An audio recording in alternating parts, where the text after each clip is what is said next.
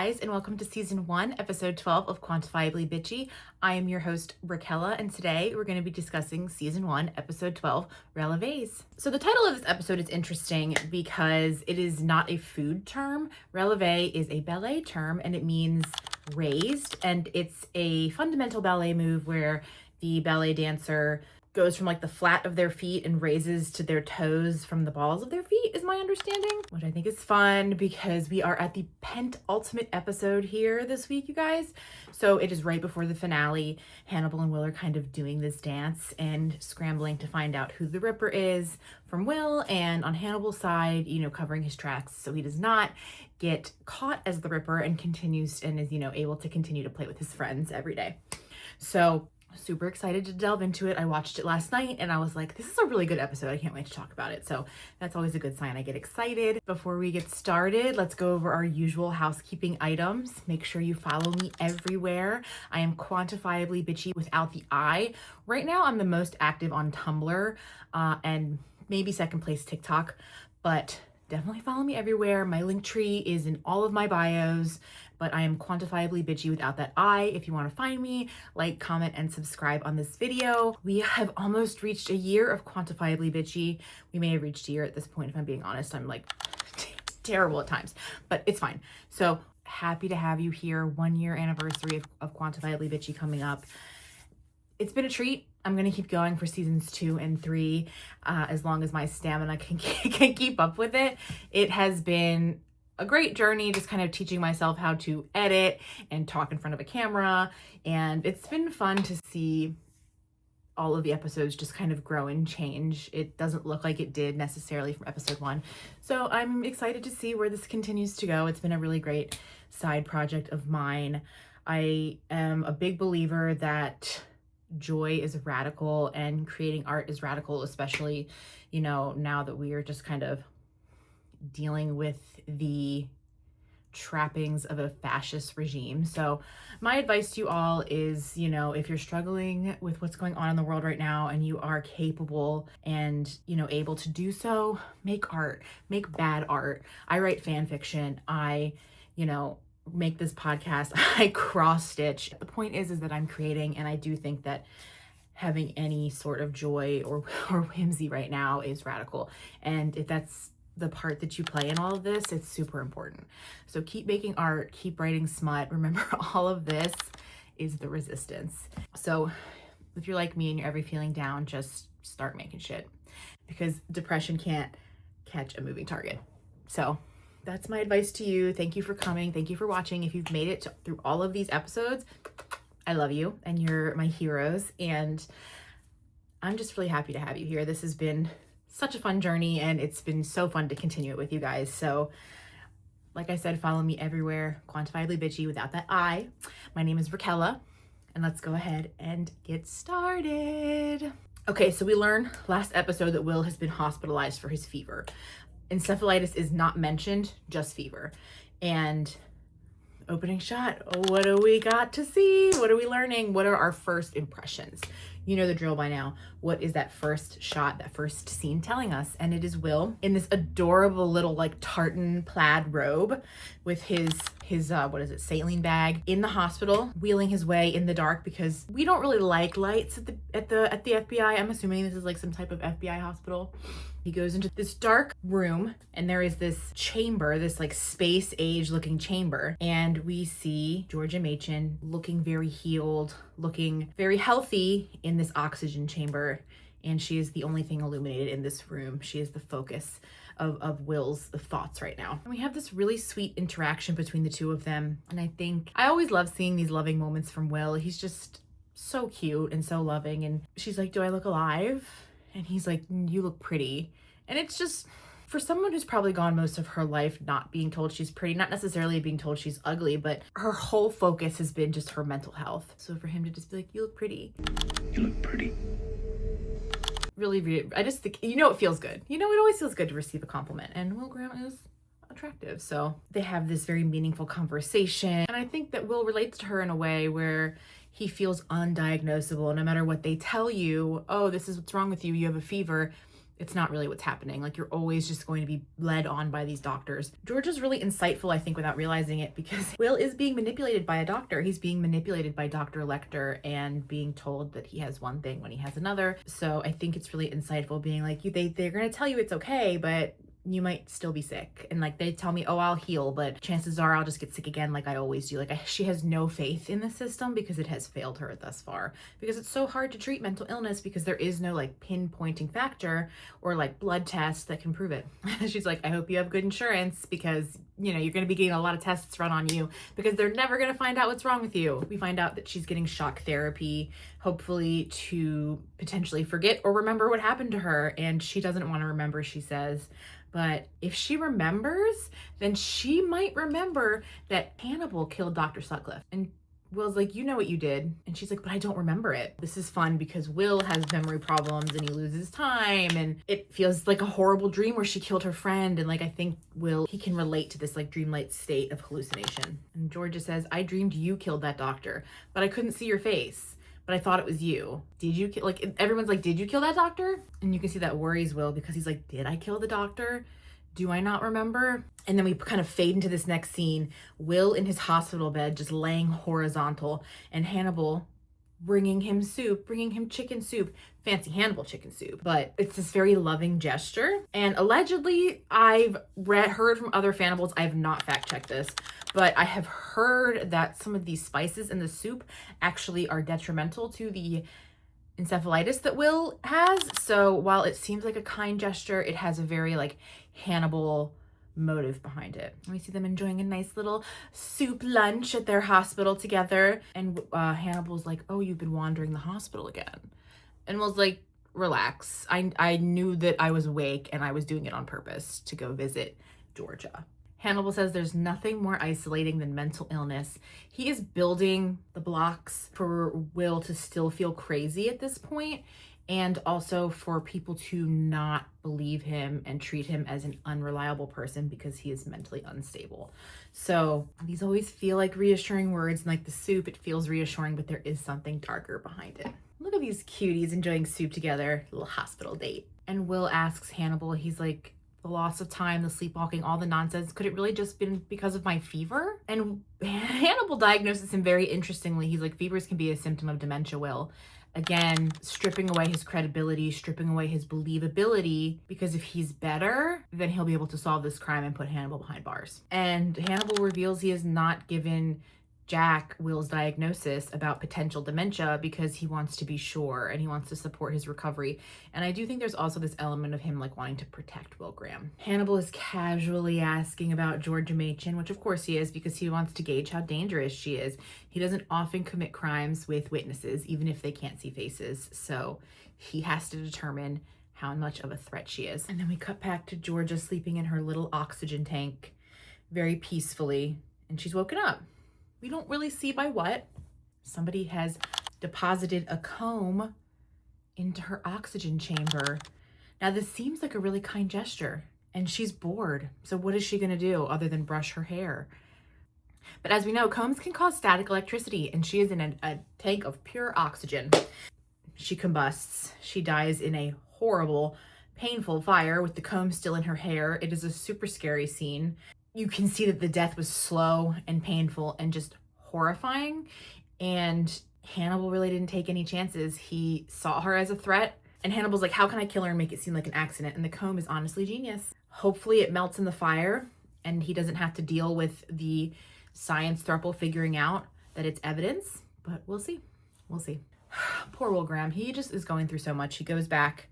He meets Jack with his little saline bag on the rack and sees that Georgia has been killed, and his heart is broken because she has been charred to an absolute crisp, and he had felt an ally in her, and all of these dead bodies just dropping around him is really taking a toll on him. We get this really interesting anecdote from Jimmy Price saying that this is not the first time this has happened. There was a kid in Italy who caught fire because his pajamas sparked like a static spark. And it's interesting because you know that Hannibal has a history in Italy. It's very much possible that he heard about this on the news or did his research prior and found this incident. And it's very likely that Hannibal was able to copycat it because of this prior incident. We find out she removed her grounding bracelet, which goes on her wrist and helps prevent static shock. And Jack is like, is it a suicide? And Will's like, no, she was not suicidal. I just spoke to her. Like, she wanted to live. She just didn't want to remember.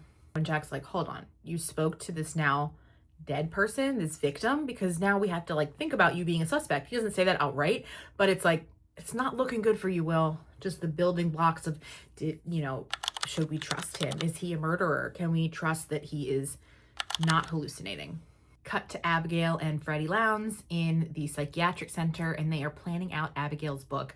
And Freddie so generously offers to make each chapter, the book headings of each chapter, articles she had written about each murder. So it incorporates Freddie's writing and is very self-serving, and you can just tell that in classic Freddie fashion, she's not really trying to tell Abigail's story. She's trying to make a dollar. Freddie wants to do each chapter about each victim, and Abigail can tell her story in those chapters and also give her feelings about what was in her mind during that time when these women went missing, which is interesting because Freddie definitely knows that Abigail was involved and she just can't gauge how much. So this interview structure is a way for her to find out more if she was involved in if Abigail was involved in her father's murders, which we know she was. And Freddie is thinking about naming the book The Last Victim. And Abigail's like, well, I wasn't his last victim anyway. And Freddie's like, excuse me? Elaborate on that, please. Who do you think was? And Abigail says Marissa. And I believe Marissa is the victim with the antlers. And Freddie's like, no, baby. That was the copycat. Freddie is very much has her finger on the pulse of these murders and this serial killer, and is paying attention more than everyone else thinks. And Abigail's like, I still blame my dad. And Freddie's like, oh, for Nick Boyle's death too, because she knows that Abigail killed him. And Abigail's like, Nick Boyle killed Marissa. Nick Boyle killed my friend. And Freddie's like, no. The copycat is not Nick Boyle. Abigail's really bad at looking innocent. Like, she always looks so guilty with her, like, doe-eyed stare. Freddie drops this heinous line. She's like, I've interviewed a lot of serial killers, babe. I can identify one when I see one. And Abigail plays it pretty cool. She's like, and what gives them away? Freddie says they have a very specific brand of hostility. And she sees it every time she looks at Will Graham. So she is on the right track, but she has the wrong guy, right? She is gunning for Will Graham, even though, like, it is Hannibal. But that is where Freddie is going at this point. Part of this book, I think, is to expose Will Graham. Cut to Will Graham sleeping in his bed with all his puppies. 2:13 in the morning, always the middle of the night for this dude. He's sleeping. For once, he's sleeping, but is it a sound sleep? Ooh, look, he's awake. We see him wake up, and Georgia Machen in her sick form, where she has like gaunt eyes and is like very much like ill. Georgia Machen in this scene kind of reminds me of the main girl from The Exorcist with her makeup. I'm sure that was an inspiring factor, because you're not gonna tell me Brian Fuller's not a fan of The Exorcist. Just a cool little detail. But Will Graham wakes up, and we're assuming he's hallucinating, right? Because she's not sick like this. Georgia Machen is walking outside. She's kind of like she has like a stop motion effect on her. And Will's moving normally, and he follows her outside into the snow. This is a great scene. Will's hallucinations are always guiding him in the right direction. I mean, he definitely has this like insight, this empathy. He sees visions, he's able to put the pieces together, but he definitely has these like prophetic dreams. Georgia Machen says, see, and then she gets pierced by antlers and bursts into flames.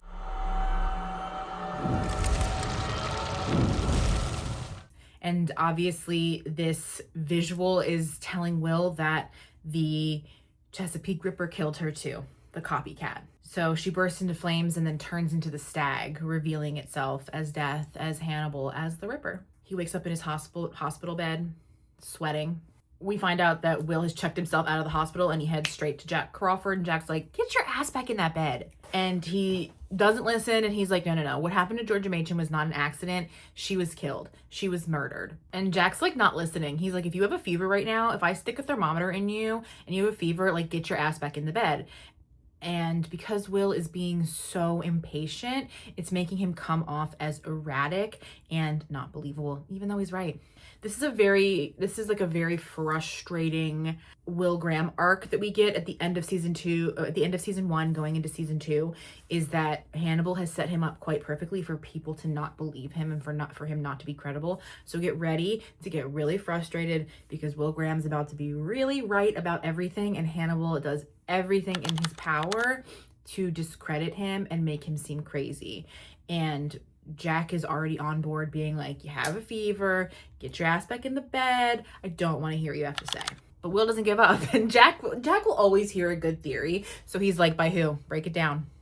And Will's like, the guy that killed Dr. Sutcliffe. Whoever killed Dr. Sutcliffe also killed Georgia. And Jack doesn't believe it because he's like, her DNA was all over it. And Will's like, I'm not saying she wasn't there. I'm saying somebody else was there. Georgia says somebody else was there. And Jack is choosing to go the Abigail Hobbs route about this. He's like, no, she's guilty of a crime. She doesn't want to go to court. She's facing murder charges. The other person in the room was Dr. Sutcliffe. And she cut his face in half. So of course she couldn't identify it. It's not that simple. But Will doesn't have any evidence. He just has vibes and prophetic dreams. So.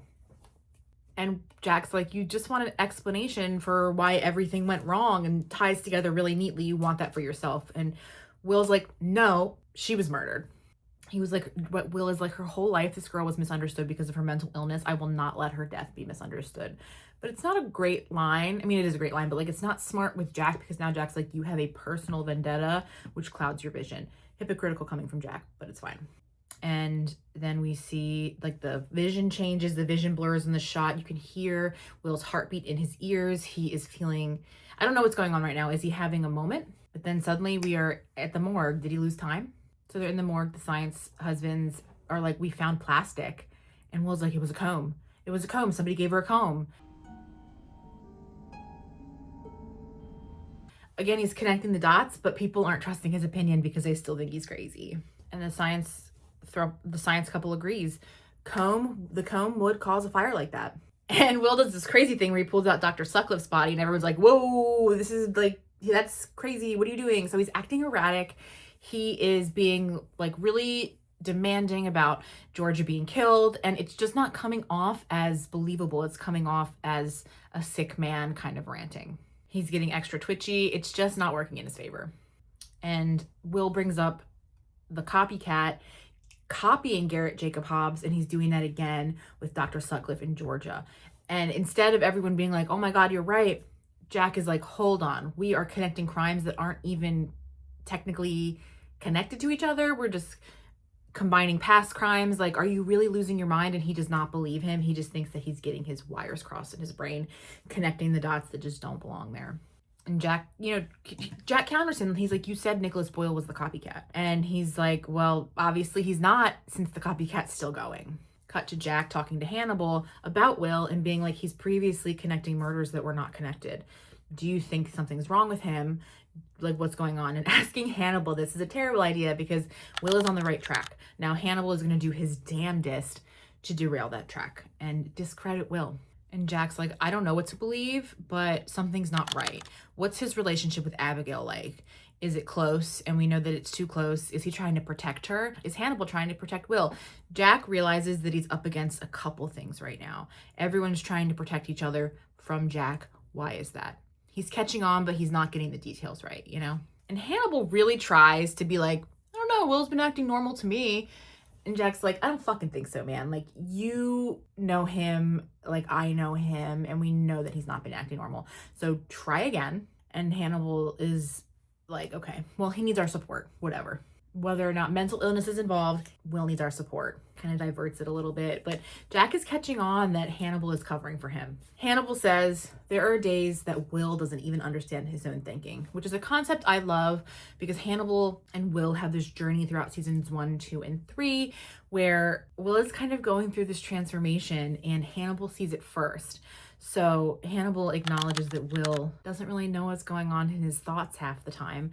He's still figuring out it for himself.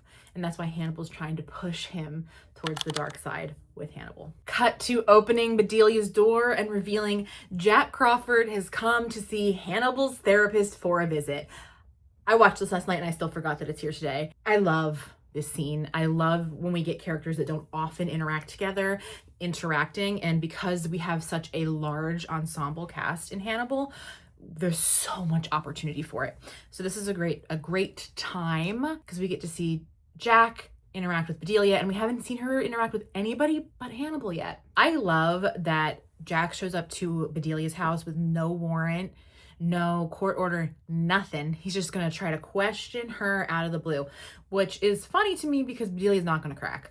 She is self-preserving more than anything else, and we'll see that throughout the entire series of this show, is that she is always looking out for herself, and she's painfully clever, and she loves to speak in riddles, and she's not ever going to tell you directly what you want to hear unless she's deliberate about it. So this is not an official inquiry. And he doesn't, Jack is like, I don't want to damage anybody's reputation. Jack is smart too. It's just like a bunch of master manipulators trying to solve crimes and hide crimes and commit them. I like Bedelia's kitchen because it kind of reminds me of Hannibal's living room or dining room. It has all these like beautiful plant structures in the back. It's much simpler, but she does have a very beautiful kitchen space, and there is greenery, and I do love the decoration and these kind of parallels between we get between Hannibal and his like friends and their homes. The reason Jack goes to talk to Bedelia is because he's like, I'm concerned about Hannibal's relationship with Will Graham.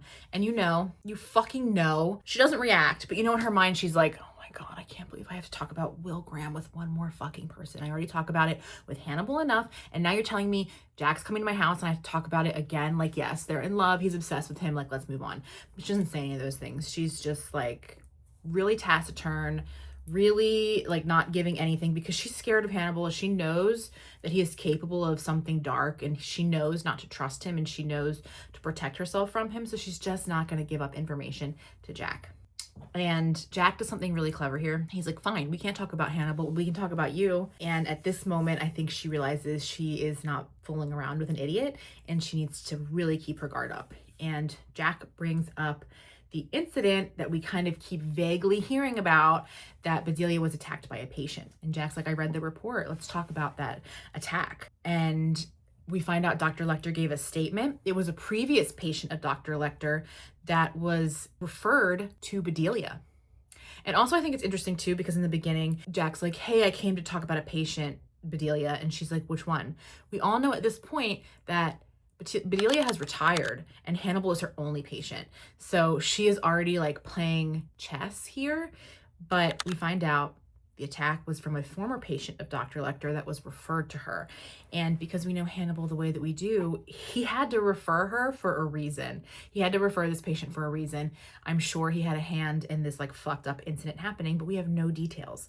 We can't really discern what happened. We find out the patient almost killed Bedelia, but he swallowed his tongue before he could, which I'm going to be honest, I still don't know what that means. I know what the real story is to this patient. I don't want to spoil it, but in this moment, I'm like, swallowing your tongue is kind of a myth, I thought. But they go along with it. And Jack's like, okay, well, there was another attack recently that involved one of Dr. Lecter's patients in his office. So it seems to be happening again. There seems to be a pattern. Any input on that? And Bedelia calls him out. She's like, nicely done, putting me in a position to defend or call out Dr. Lecter. And guess what? I won't do it. She loves giving him non-answers. Oh, was it a complicated patient? And she's like, oh, complicated patients, are conducive to complicated relationships. It's normal. Just never revealing her cards and being difficult while being, giving him answers. She does, and I think it's crazy she gives this detail away, but she does tell Jack that she believes that Hannibal is treating Will as a friend more than a patient. I think it's crazy she gave this detail away because it tells Jack everything he needs to know. Hannibal is covering for Will, and this confirms it in his mind. And Jack's like, how far do you think he would go to treat a friend? Bedelia's like, he doesn't have many, so far. She is not wrong. And I love this. The dialogue is so good. Bedelia's like, look, I know he wants to help him. I know that. And Jack's like, well, I'm Will Graham's friend too. And she hits him with this brutal line that's like, he needs more friends. Like Hannibal. Eats him up. Like and she's so eloquent and bitchy about it. I love Bedelia. I love all the women in the show. They're so tired of these men very early on. Cut back to Jack at the morgue with the science boyfriends, and he's like, okay, Will thinks that the copycat killer and Garrett Jacob Hobbs knew each other, were connected. There is a thread there that he sees, and I'm not seeing it. And the science boyfriends are like, it's not really a hypothesis, or it's not really a theory. Like, there's no evidence. And he's like, all right, Jack's like, all right, let's just talk it out. There's no evidence to connect the dots for me. And they're like, oh, do not real science. And he's like, just do this thought experiment with me for like 1 second. And they're kind of mocking Jack, being like, oh, with no evidence, we're going to connect the dots. And he's like, yeah, do it for me. Like, and then Jack is hilarious. He's like, where's Beverly? I need Beverly. I can't deal with you two. And they're like, oh, she's in court. And he's like, get her out of court. Because Jack is always prioritizing the wrong things. And Jack is like, all right, you two get all the camera footage from like toll cameras. I want to know every phone call he made, which we know Hannibal called him before they captured him. So like, this is an interesting step for Jack. So Jack's like, I need a full workup on Garrett Jacob Hobbs. Find out everywhere he was at every moment if you can. And we'll try to connect some dots here. Cut to this beautiful shot of Will and Abigail in her psychiatric hospital. We have the greens, we have the blues, we're like seeing through another set of patients to them talking in the corner. They're leaning into each other. They're confiding in each other. Abigail is like, you know, you talked about how killing people is one of the ugliest things in the world. And she's like, I finally get it. And Abigail and Will are talking about how they felt good when they killed somebody and they feel bad about it, but Abigail felt good when she killed Nick Boyle.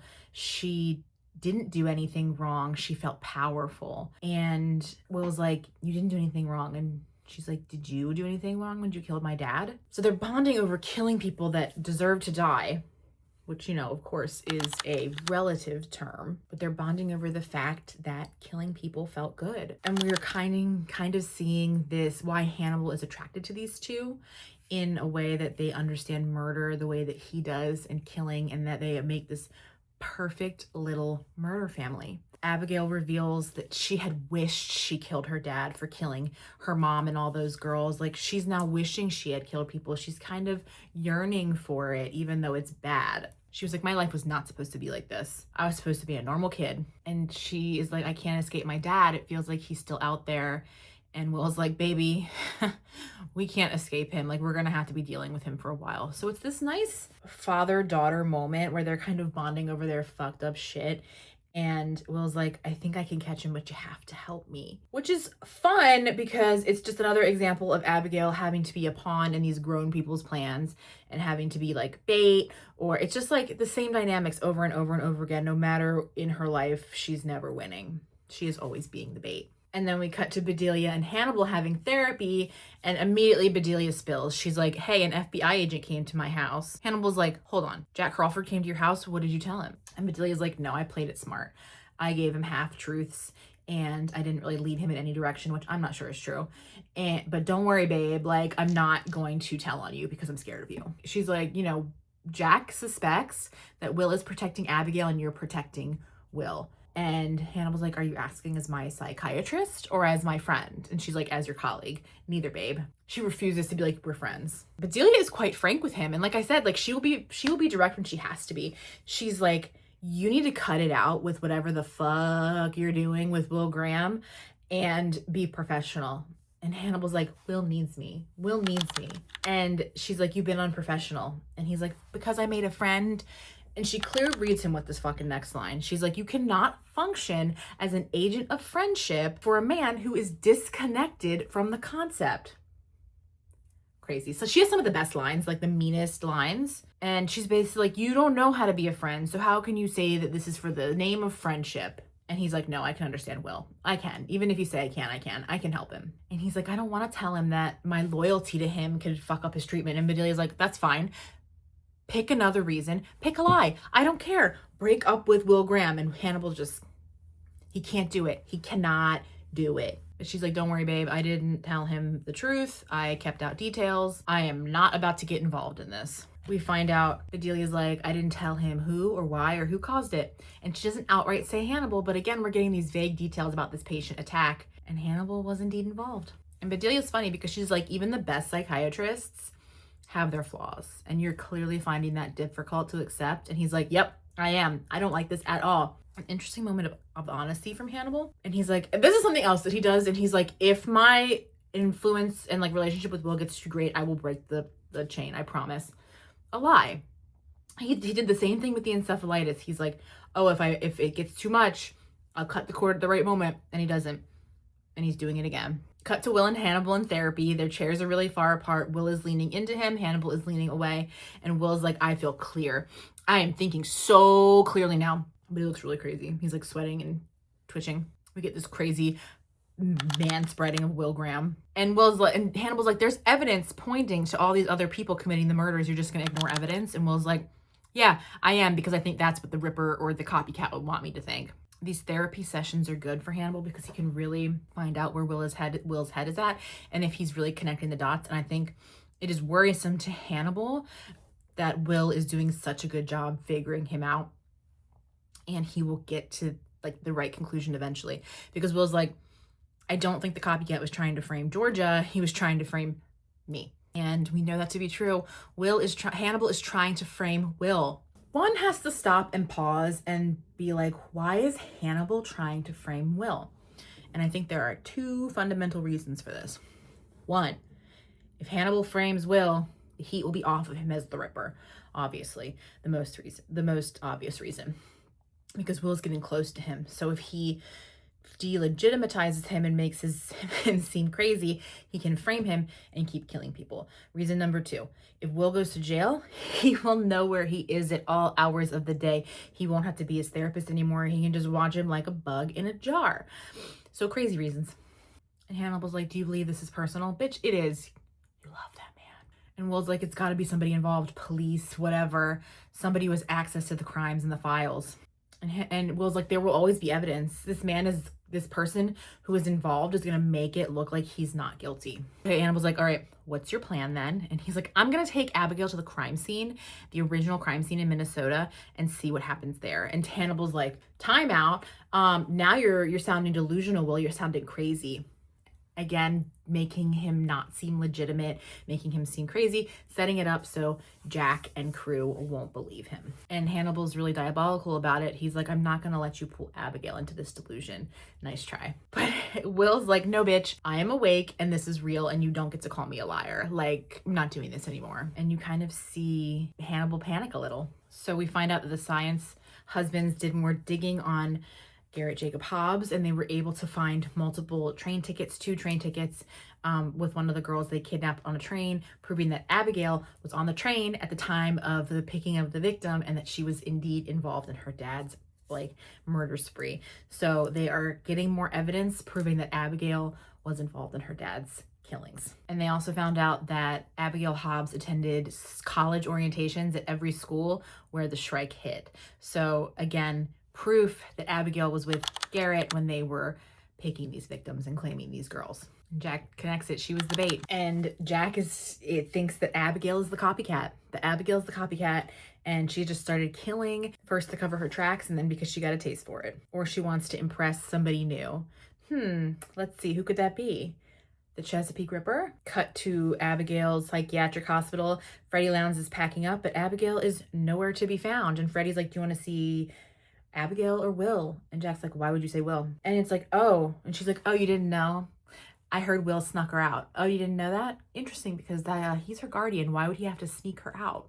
Freddie Lowndes stays being a bitch, but she's right. And Jack's like, fine, let's talk. Let's fucking talk. Small talk to start. How's the book coming? And Freddie's like, yeah, there's plot holes because she's obviously lying. And then Freddie outright asks, did Abigail kill Nick? Because she's paying attention. She's a pretty good reporter. Jack's like, why would you say that? And that's how you know he's interested, because he doesn't just dismiss it. He's like, state your case, give me the evidence. I love that Freddie's like, hey, I think this because Abigail is a smart girl who doesn't realize when other smart girls grow up, they can predict all the moves they're making, implying that Freddie was a lot like Abigail growing up and may have lied a lot. And it's just very interesting to the type of person Freddie is relating to Abigail Hobbs. What is Will Graham trying to hide? Jack then ambushes Hannibal in his office and is like, you need to be honest with me. Tell me what's going on between Abigail and Will. And he's like, I don't think he's acted on any of these crazy thoughts, but he has experienced periods of lost time. Again, making him seem not reliable, not legitimate, confused, hallucinations, making him an unreliable narrator. Hannibal is building those blocks to frame him. And he's like, he could appear perfectly normal and not remember a thing. And Hannibal basically tries to be like, yeah, these lost time periods, this like hallucinations, he is becoming Garrett Jacob Hobbs and committing these murders. So maybe he's the copycat in this this psychosis state, thinking he's Garrett Jacob Hobbs killing these girls. And that's why these other murders are happening. That's why the copycat is happening. He's just setting it up so nicely to fuck this man over. Jack then tells Hannibal, oh, we have evidence to link Abigail to helping her father with her crimes.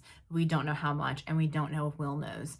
And you can see Hannibal like having to think on his feet and kind of figure out this situation now that Jack is catching up. This is how you know Hannibal's thinking 10 steps ahead, because he's like, oh, there's something you should hear. And he pulls out one that he's been recording Will's sessions, which I'm not sure Will is aware of. And it's a recording of Will being like, how did you feel seeing Marissa in the antler room? That was the last victim. And Will's like, I felt guilty. I felt like I had killed her. And they are like, and Hannibal's like, see, he obviously goes into this this like psychotic state and thinks he's Garrett Jacob Hobbs and is killing people. And like, this is why he feels guilt in his subconscious. And Jack's like, we know he was with Georgia. We know he was with Dr. Sutcliffe. We know he was with Melissa. Like, is Will the killer? And Hannibal plays this so bewildered, and he plays it so well. There's no chance that Jack would ever survive Hannibal. Like, he's just too smart. Hannibal's like really broken up about this. They're saying he has this disassociative personality that he falls into, and he thinks he's Garrett Jacob Hobbs. He felt that he was becoming Garrett Jacob Hobbs. Hannibal tees it right up, and Jack just falls right for it. I love this moment because Jack storms out, and then Hannibal's mask immediately falls off. Like, he's no longer worried. He's thinking, you see it on his face. It's actually crazy. Like, he doesn't even wait a second for Jack to leave. And he's like, just the sadness dissipates on his face. It's just so beautifully done. We still see that Will is on a plane with Abigail. He has abducted her, and they are going to Minnesota to go to the original crime scene, the cabin. And Abigail's like, babe, you look sick. You shouldn't have checked yourself out of the hospital. And Will's like, I am fine. But he doesn't look fine. And Abigail's like, it was going to be my mom's birthday last week, and we were going to go on this hike to celebrate. And Will's like, I can take you instead. I'm your new daddy now. And she's like, babe, I think that would just make me sad, but thanks.